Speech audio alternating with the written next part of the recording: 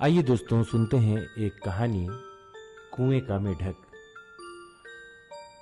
समुद्र से कुछ दूर कुएं में एक काला मेढक रहता था। उसका जन्म वहीं हुआ था। वह एक दिन भी बाहर नहीं निकला था। उसे बाहरी दुनिया का कोई ज्ञान नहीं था। वह स्वयं को सबसे अधिक होशियार समझता था।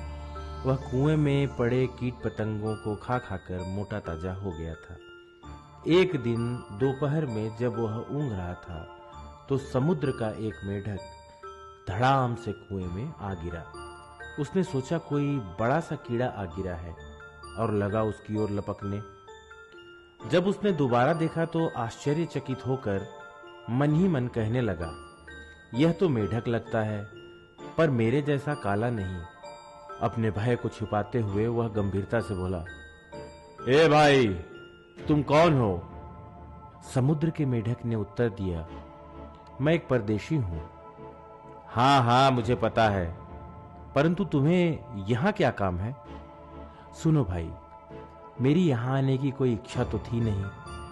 मैं अनायास ही गिर पड़ा हूं, पर मुझे आपसे मिलकर बड़ी प्रसन्नता हुई। हमारे कुएं वाले मेढक जी उत्तर से संतुष्ट हुए, पर आगंतुक के बारे में और जानकारी प्राप्त करना चाहते थे। तुम कहां से आए हो? मैं समुद्र से आया हूं। समुद्र? यह क्या बला है? कितना बड़ा है? क्या मेरे कुएं के बराबर है? एक ओर से दूसरी ओर कूदते हुए कुएं के मेढक ने यह कहा।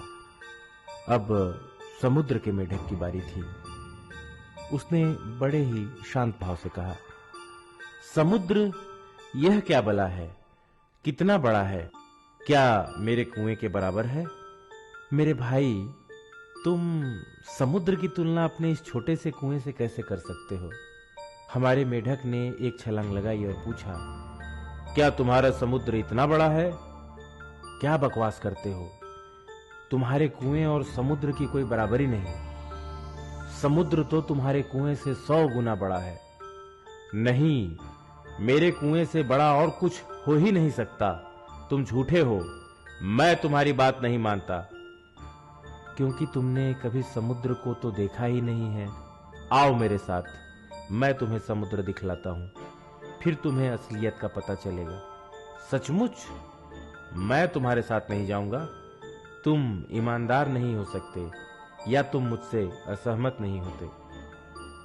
अब आप कृपया कर यहां से चले जाएं। समुद्र के ज्ञानी मेढक ने सोचा कि इस मूर्ख से बहस करने में कोई लाभ नहीं, और वह वापस चला गया। हमारे मेढक जी बड़े प्रसन्न हुए और हंसकर बोले, बड़ा आया, सोचता था कि मुझे बेवकूफ बनाएगा। मेरे कुएं से कुछ बड़ा हो ही नहीं सकता। और फिर कुएं के एक कोने से दूसरे कोने में कूद गया। शिक्षा।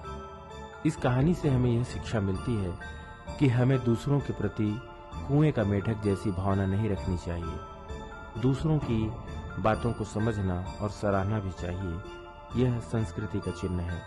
मैं मिथिलेश पाठक, सूरजपुर जिले के विकासखंड रामानुजनगर से। ये बाल उपयोगी कहानी आप अपने विद्यालयों में बच्चों को सुनाएं और उन्हें कहानी की विधा से जोड़ें। बहुत बहुत धन्यवाद।